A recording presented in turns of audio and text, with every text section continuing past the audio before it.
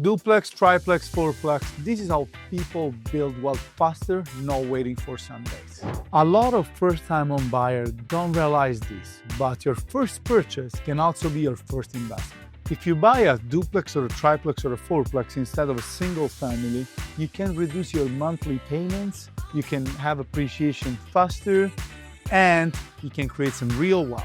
Here are the 5 most important questions I ask every buyer that wants to go this route. If you're a first-time home buyer, don't limit yourself for just buying a home, buying an asset. Buy something for you that works financially, not something that weighs you down. And if you need help building an investment strategy here in Santa Cruz County, this is what we do. What matters more to you right now? Cash flow today or appreciation? Of course, I love both. But right now, for example, depending on somebody's age, I always like to ask, what are your long-term goals, short-term goals? And then we go from the long-term goals and break it down in short-term goals. We talk about cash flow and appreciation on a property. For example, at my age, I'm 30, I'm acquiring properties now. Even if they pay itself or the cash flow is very limited, I don't care because I want to accumulate as many as I can. So in 30 years, they'll be paid off and then boom, I see the cash flow coming in and I have a ton of equity to play with. In some cases, you might want to simplify things, liquidate your assets. So it really depends and it needs to be customized on your age, on your goals, on your lifestyle that you're looking for, and ultimately on how much work you're willing to do. Because having tenants, you need to have a property manager. In the beginning, you should deal with the tenants directly. If you don't have any money, it's your first investment.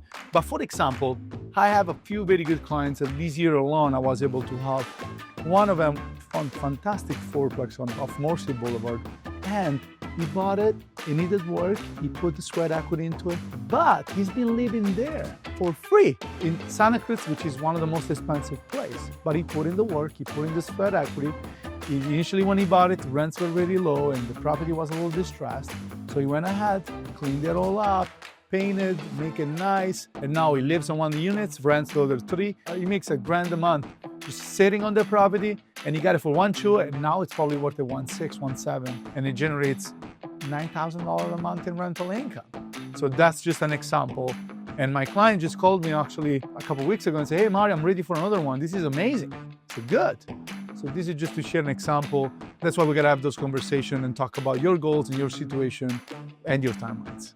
What is something else that you need to think about when you're buying an investment property? You need to think about the monthly payments that you're comfortable with. Also, you need to factor in risk like maintenance or tree felling or principal, interest, tax and insurance, and vacancy. Not all the rentals move super fast and it's seasonal again before the market changes in the rental market too. For example, in my office building, I have an empty office right now.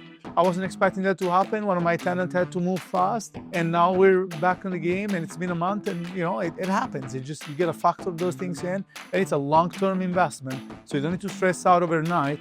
You just got to take it easy and look at the end of the tunnel and the light.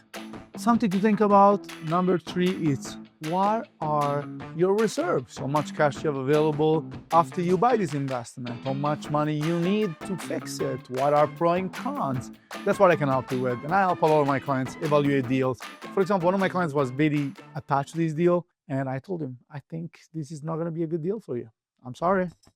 And he appreciated that, and we found another deal that fit better because sometimes we can do emotional decision or smart decision.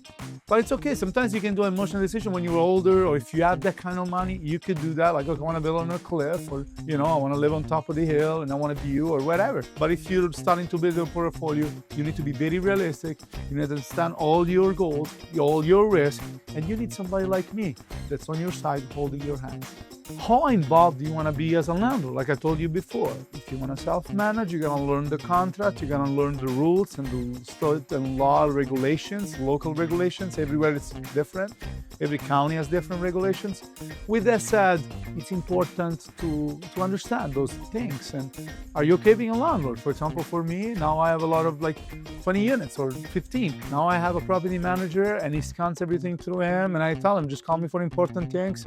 We meet once every 2 months and I tell them my tenants, don't talk to me anymore. Or Or if you want to be involved and go there and shake a hand, it's okay. You can do that. So we got to talk about this and figure it out. Also, keep in mind that the property management has a cost. So you need to factor that in if you want to hire them and not be involved. But if you can make money somewhere else, and line of expertise. When I first came from Italy, I was like, I'm going to build a retaining wall on YouTube. That's not good. I didn't do a good job. I had to tear it down and build it back up. Now I hire professional. That's why you should hire me in this case, because I'll be looking for your best interest.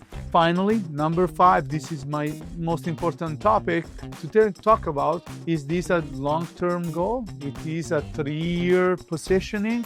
It is a 0 to 5 repositioning. So we got to figure out what's the vision for this property. And of course, we got to adjust depending, because if you have more income and you can keep it, you make more money, or you have, you win the lottery or something. It really depends. And we got to put a little vision and put a plan. And then, of course, adjust as we go. If you have any questions about investment property, drop them by below. This is Mario De Santis, Realtor of Investors here in Santa Cruz County. I'm happy to help and be of service. That's one of my goals. Make a huge impact in your life. Don't hesitate to reach out, have fun, smile, and buy a house. Ciao.